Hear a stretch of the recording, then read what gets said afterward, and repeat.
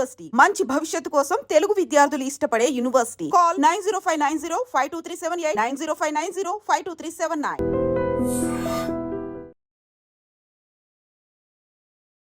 నమస్కారం అండి, నేను Srilatha, chief clinical dietitian, Medicover hospitals Madhapur. ఇవాళ మనము షుగర్ ఉన్నవాళ్ళు కానీ డయాబెటిక్స్ ఎటువంటి టైమింగ్స్లో ఆహారం తీసుకోవాలి, అలాగే ఎంత ఫ్రీక్వెన్సీతో తీసుకోవాలి, ఎంత మోతాదులో తీసుకోవాలి, దీని గురించి తెలుసుకుందాం. సో ముఖ్యంగా డయాబెటీస్ వచ్చినప్పుడు మనము డైటరీ రిస్ట్రిక్షన్, ఆహారంలో మనము చాలా రకాల రెస్ట్రిక్షన్స్ అనేవి ఉంచడం చాలా ఇంపార్టెంట్ అవుతుందన్నమాట. ఇలా చేయడం వలన మన డయాబెటీస్ కంట్రోల్లో ఉంటుంది. డయాబెటీస్ కంట్రోల్లో ఉన్నప్పుడు మనకి ఆర్గన్ డ్యామేజ్ కానీ దాంతో వచ్చే కాంప్లికేషన్స్ కానీ ఉండవన్నమాట. ఎప్పుడైతే డయాబెటీస్ని కంట్రోల్లో చేయట్లేదో అప్పుడు మనకి ప్రొలాంగ్ అన్కంట్రోల్ డయాబెటీస్ వలన మనకు రకరకాల ఇబ్బందులు శరీరంలో వస్తాయి. అది కిడ్నీ పైన ఇంపాక్ట్ అవ్వచ్చు, కిడ్నీ ఫంక్షన్ని సరిగ్గా చేయకపోవచ్చు, లేకపోతే మనకి వాస్కులర్ ప్రాబ్లం, పెద్ద నరాలపైన కానీ చిన్న నరాలు, కంటికి, తర్వాత కిడ్నీకి, బ్రెయిన్కి సప్లై చేసే వాటిని ఆక్లూడ్ చేయొచ్చు అనమాట. సో ఇలా రకరకాల ఇబ్బందులు మనకి వచ్చే ఛాన్సెస్ ఉంటాయి. ఒకవేళ మనం డయాబెటీస్ని సరి అయిన ఆహారంతో, సరి అయిన క్వాంటిటీలో, సరి అయిన పద్ధతిలో తీసుకున్నప్పుడు మనకు ఎటువంటి నష్టం ఉండదన్నమాట.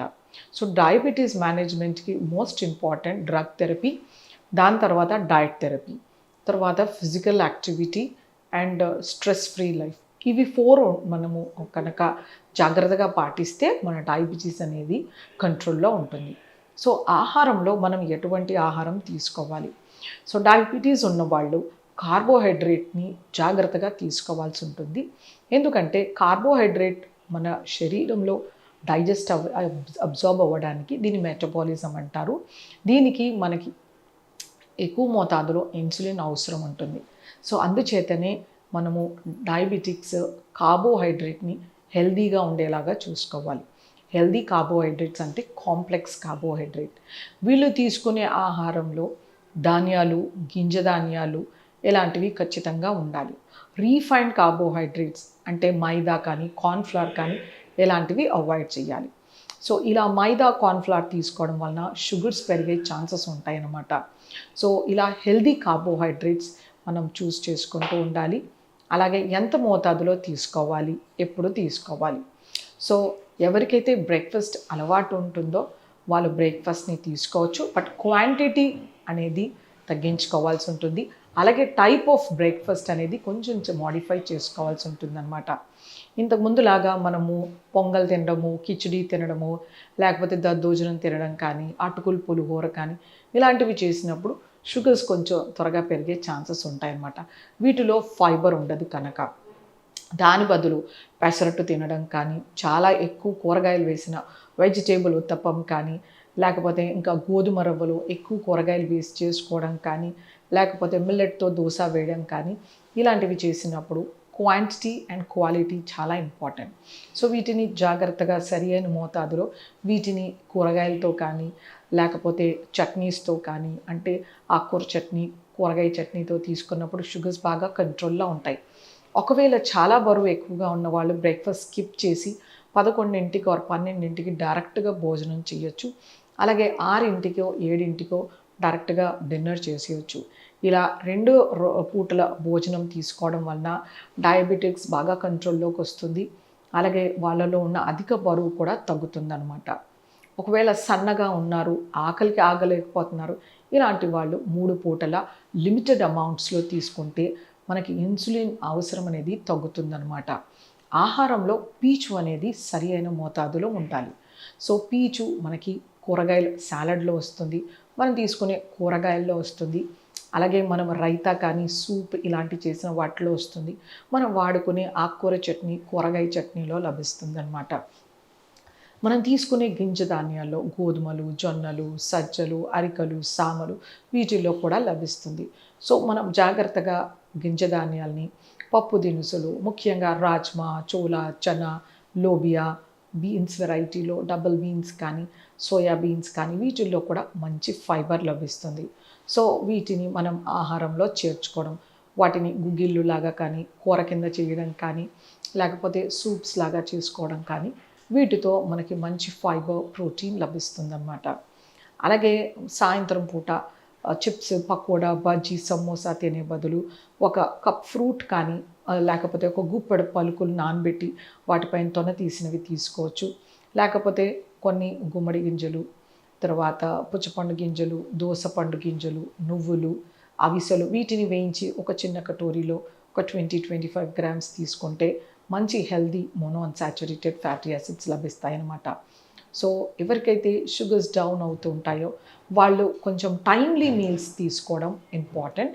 అంటే వాళ్ళు ఎర్లీ మార్నింగ్ ఒక cup of milk without sugar or tea, coffee, తర్వాత 8-9కి బ్రేక్ఫాస్ట్, తర్వాత 11 o'clockకి ఒక ఫ్రూట్, 1 o'clockకి లంచ్, 4 o'clockకి నట్స్, 8 o'clockకి ఆర్ 7 o'clockకి డిన్నర్. ఇలా ఎరాటిక్ షుగర్స్ ఎవరికైతే చాలా ఎక్కువగా పెరిగిపోయి పడిపోతుంటాయో వీళ్ళు టైమ్లీ మీల్స్ అనేది చాలా ఇంపార్టెంట్.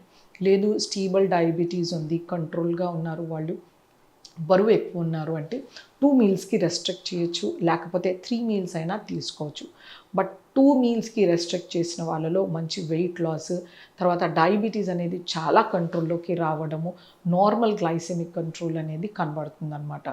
సో ఫైబర్ ఎక్కువగా తీసుకుంటూ టైమ్లీ మీల్స్, ఎర్లీ డిన్నర్ చేయాలి. Diabetics most important. ఫైబర్ ఎక్కువగా ఉండాలి, పీచు పదార్థం. అలాగే మంచి ఫిజికల్ యాక్టివిటీ చేయడం వలన ఎక్సర్సైజ్, యోగా ఇలాంటివి చేస్తూ మెడిటేషన్ కానీ మైండ్ కామింగ్ టెక్నిక్స్ చేస్తే కనుక డయాబెటీస్ని మంచి కంట్రోల్లో ఉంచుకోవచ్చు. మన ఆహారంలో పీచు ఎంత మోతాదులో ఉండాలి, ఈ పీచు వలన మనకి ఎలాంటి హెల్త్ బెనిఫిట్స్ ఉన్నాయి, ఒకవేళ పీచు సరైన మోతాదులో ఆహారంలో లేనప్పుడు మనకి ఎటువంటి ఇబ్బందులు వస్తాయో తెలుసుకుందాం. సో ముఖ్యంగా పీచు అనేది మన శరీరానికి ఎంతో ముఖ్యమైనదనమాట. సో ఫస్ట్ హెల్త్ బెనిఫిట్ ఏంటంటే ఈ పీచు మన ఇంటెస్టైన్లో ఉండే గుడ్ బ్యాక్టీరియా, మన యూస్ఫుల్ బ్యాక్టీరియా ఏదైతే మనకు చాలా మేలు చేస్తుందో అలాంటి బ్యాక్టీరియాకి ఆహారంగా పనిచేస్తుందన్నమాట. ఇది సాల్యుబుల్ ఫైబర్. సో అలా ఆ గుడ్ బ్యాక్టీరియా ఆ ఫైబర్ని తిని మనకి మంచి ఇమ్యూన్ సిస్టమ్ బిల్డప్ చేస్తుందన్నమాట. బ్యాక్టీరియా మల్టిప్లై అవుతాయి. సో దీనివల్ల మనకి ఎన్నో రకాల హెల్త్ బెనిఫిట్స్ ఉన్నాయి. ప్రపంచంలో చాలా చోట్ల దీనిపైన రీసెర్చ్ జరుగుతుందన్నమాట. అలాగే ఈ ఫైబర్ మన శరీరంలో ఉండే బ్యాడ్ కొలెస్ట్రాల్ని తగ్గిస్తుంది, మన బ్లడ్ గ్లూకోజ్ని బాగా కంట్రోల్లో చేస్తుంది. ఈ ఫైబర్లో ఉండే పొటాషియం ఏదైతే ఉంటుందో అది మన బ్లడ్ ప్రెషర్స్ని కంట్రోల్ చేస్తుంది. ఈ ఫైబర్ ఇంటెస్టైన్లో మన కొవ్వుని చుట్టుకొని మోషన్ ద్వారా తీసేసి మనకి మెల్లిమెల్లిగా వెయిట్ రిడక్షన్కి హెల్ప్ చేస్తుంది. ఈ ఫైబర్ మనం సరైన మోతాదులో తీసుకున్నప్పుడు ఆకలి అనేది తగ్గుతుందన్నమాట. మన సెషైటీ హార్మోన్స్ అనేవి ఇంప్రూవ్ అవుతాయి. సో మనము ఆహారం అనేది తగ్గిస్తాము, అలాగే మనకి వెయిట్ లాస్ కూడా కనబడుతుందన్నమాట. సో దీంట్లో ఒక ప్రొటెక్టివ్ ఫంక్షన్ ఏంటంటే ఇది మన కోలోన్ క్యాన్సర్ రానివ్వకుండా చూస్తుందన్నమాట ఈ ఫైబర్. అలాగే కొంతమందిలో మలబద్ధకం, కాన్స్టిపేషన్ చూస్తుంటాం. సో ఈ ఫైబర్ కంటెంట్ యాడిక్వేట్గా ఉన్నప్పుడు మోషన్ అనేది సాఫ్ట్గా ఉంటుంది, ఈజీగా పాస్ చేస్తారు. సో హెమరాయిడ్స్ కానీ పైల్స్ని ప్రివెంట్ చేయడానికి మనకు ఒక బెనిఫిట్ ఉంటుందన్నమాట. సో ఎన్నో రకాల బెనిఫిట్స్ అనేవి ఫైబర్తో మనకు ఉన్నాయి. సో ఇవి ఎంత మోతాదులో తీసుకోవాలి అనేది మోస్ట్ ఇంపార్టెంట్. సో మనకి ఫైబర్ 25 grams నుంచి 30 grams పర్ డే తీసుకుంటే మనకి మంచి బెనిఫిషియల్ ఎఫెక్ట్స్ కనబడతాయి అన్నమాట. దీనికన్నా ఎక్కువ మించి తీసుకోవాల్సిన అవసరం లేదు. ఎక్కువ ఫైబర్ తీసుకోవడం వలన బ్లోటింగ్, డిస్టెన్షన్, ఇండైజెషన్ రావచ్చు, డయేరియా కూడా కావచ్చు అనమాట. సో రికమెండెడ్ అమౌంట్స్లో తీసుకుంటే చాలా మంచి బెనిఫిట్స్ కనబడతాయి. సో ఈ ఫైబర్ అనేది మనం నిత్యం తీసుకునే ఆహారంలో లభిస్తుంది. ముఖ్యంగా మనం తీసుకునే గింజ ధాన్యాలు, చిరుధాన్యాలు అవి రీఫైండ్ చెయ్యకపోతే కనుక, అంటే సింపుల్ ప్రాసెసింగ్, మనం వాటిని ఒక ప్యాడీ ఒడ్లు కానీ గోధుమలు, జొన్నలు ఏవైనా వాటి కార్న్లో నుంచి తీసి దానితోనే తీసినప్పుడు మనకి అబ్సల్యూట్ గ్రెయిన్ ఎలా వస్తుందో ఆ గ్రెయిన్ని మనము వండుకొని తీసుకున్నప్పుడు మనకి ఫైబర్ లభిస్తుంది. లేదు వాటిని పిండి ఆడించి తీసుకోవడం వలన, లేదు వాటిని రవ్వ కింద చేయడం వలన కూడా ఫైబర్ లభిస్తుంది. ఒకవేళ మనం ఈ గ్రెయిన్ని రీఫైన్ చేసాము, అంటే ప్రాసెసింగ్ ఎక్కువగా చేసాము, ముఖ్యంగా కార్న్ఫ్లవర్, మైదా ఇలాంటి వాటిలో మనకి ఫైబర్ లభించదన్నమాట. సో ఫైబర్ లేకుండా ఇలా మైదా, కార్న్ఫ్లవర్ ఎక్కువ మోతాదులో తీసుకోవడం వలన మన శరీరానికి చాలా నష్టం జరుగుతుంది. ముఖ్యంగా ట్రైగ్లిజరైడ్స్ పెరుగుతాయి. అలాగే సెంట్రల్ ఒబేసిటీ కానీ పొట్ట సాగడం జరుగుతుంది. ఫ్యాటీ లివర్ రావడము, అలాగే కొన్ని రోజులు ఇలాగే కంటిన్యూ అయితే డయాబెటీస్ వచ్చే ఛాన్స్ ఉంటుందన్నమాట. సో కాన్స్టిపేషన్ కూడా దీంతో వచ్చే ఇంకొక కాంప్లికేషన్. సో ఇలా రకరకాల ప్రాబ్లమ్స్ అనేవి మన శరీరంలో కనబడుతుంటాయి.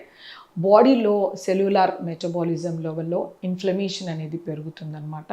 వీటితో మనకు ఎన్నో రకాల ఇబ్బందులు, అంటే రకరకాల ప్రాబ్లమ్స్, హైపర్ టెన్షన్ రావచ్చు, డయాబెటీస్, స్ట్రోక్ రావచ్చు, హార్ట్ ప్రాబ్లం, ఇలాంటివి ఏమైనా రావచ్చు అన్నమాట ఇన్ఫ్లమేషన్ వలన. సో అందుచేతనే మనం తీసుకునే ఆహారంలో గింజ ధాన్యాలు హెల్దీగా ఉండాలి. అలాగే పప్పు దినుసుల్లో ఎక్కువగా మొలకలు కానీ గుగ్గిళ్ళు కానీ ఇలాంటివి తీసుకోవాలి. శనగలు, పెసర్లు, బొబ్బర్లు, అలసందలు, రాజ్మా, సోయాబీన్స్, డబల్ బీన్స్ ఇలాంటివి ఉడికించి తీసుకోవడం కానీ, వీటిని కూర చేయడం కానీ చేస్తే ఫైబర్ లభిస్తుంది. అలాగే మనం తీసుకునే ఆకుకూరలు, కూరగాయల్లో సమృద్ధిగా లభిస్తుంది. వీటిని నీట్గా తోలు తీసేసేయడం, వాటిపైన తొన తీసేసేయడం, అలా చేయడం వల్ల ఫైబర్ పోతుందన్నమాట. ఇంతకుముందు మనము బీరకాయ తొక్కలు పచ్చడి చేసేవాళ్ళు, అలాగే సొరకాయ తొక్కలు పచ్చడి చేసేవాళ్ళు. సో ఇలాంటి వాటిలో మనకు మంచి ఇన్సాల్యుబుల్ ఫైబర్ లభిస్తుంది. సో వీటిని మనము ట్రెడిషనల్ ఫుడ్ ఐటమ్స్ని కంటిన్యూ చేయాలి. బ్రేక్ఫాస్ట్లో మనం కూరగాయ చట్నీ, ఆకుకూర చట్నీ వాడడం వలన మంచి ఫైబర్ అనేది లభిస్తుంది అనమాట. ప్రతి మీల్లో పచ్చికూరల సాలడ్ కానీ, స్టీమ్ సాలడ్ కానీ, కూరగాయలు ఉడికించిన సూప్ కానీ, కూరగాయలని సాంబార్ రూపంలో చేసుకోవడం కానీ, ఆకుకూర పప్పు కానీ, కూరగాయ పప్పులు లేదా కూరలాగా వండడం కానీ చేయడం వలన మనకు మంచి ఫైబర్ అనేది లభిస్తుందన్నమాట.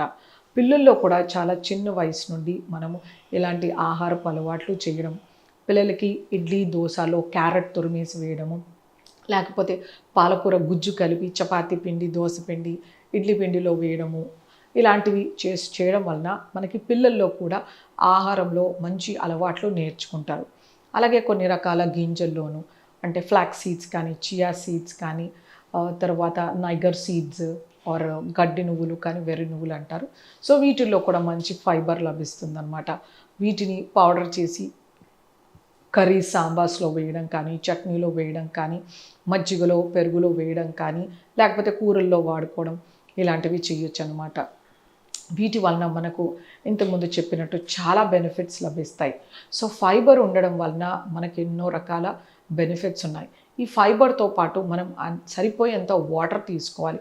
Minimum 2-2.5 litres of water to 3-3.5 litres water ఉండేలాగా చూసుకుంటే మనకి ఎటువంటి ఇబ్బంది ఉండదన్నమాట. సో ఫైబర్ ఎక్కువగా సప్లిమెంట్స్ తీసుకోవడం చూస్తుంటాం మనము, లేకపోతే సిరప్స్ తాగడం చూస్తుంటాం.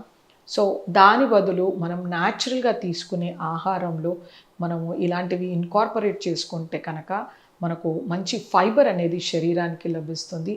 ఎన్నో రకాల బెనిఫిట్స్ అనేది ఫైబర్తో ఉంటుంది. కాబట్టి ఖచ్చితంగా ఆహారంలో ఫైబర్ ఉండేలాగా చూసుకోవాలి. ఫైబర్ లేని ఫుడ్స్ని అవాయిడ్ చేయాలి. ముఖ్యంగా biscuits, bread, donuts, pizza, burger, noodles, Manchuria ఇలాంటి వాటిలో మనకి ఫైబర్ ఉండదు కదా. ఇంకా వీటితో మనకి రకరకాల ఇబ్బందులు వచ్చే ఛాన్సెస్ ఉంటాయి. కాబట్టి మనం న్యాచురల్గా, ట్రెడిషనల్గా మనం తీసుకునే ఆహారంలో సమృద్ధిగా మనకి ఫైబర్ లభిస్తుంది. వీటిని కంటిన్యూ చేసుకోవచ్చు. నమస్తే.